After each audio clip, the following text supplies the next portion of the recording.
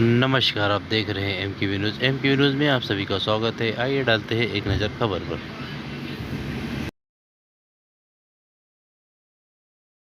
परिवर्तन हंडीचं आयोजन केलेलं आहे। विधानसभेमध्ये थोडक्यात या ठिकाणी परिवर्तन झालेलं होतं। महापालिकेत काय परिस्थिती असेल?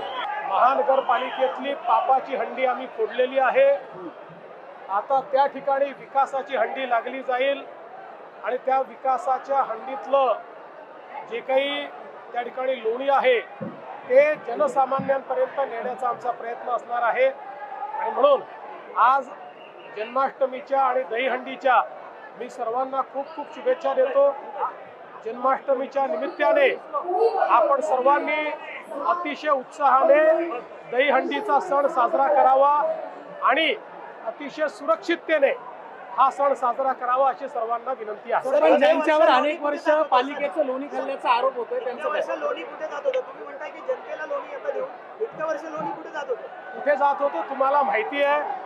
तुम्ही माझ्या तोंडून काढायचा प्रयत्न करताय, पण जनतेलाही माहिती आहे की लोणी कोणी खाल्लं। सर, अनेक बंधनं होती दहीहंडीवरती, गणेशोत्सवावरती। प्रचंड उत्साह आहे। ही बंधनं पारंपरिक उत्साहामध्ये दहीहंडी महाराष्ट्रात साजरी होते। जेव्हा पालिकेचं सरकार आलं आणि आता आमचं सरकार आलं, सगळे बंधन आम्ही हटवलेले आहेत।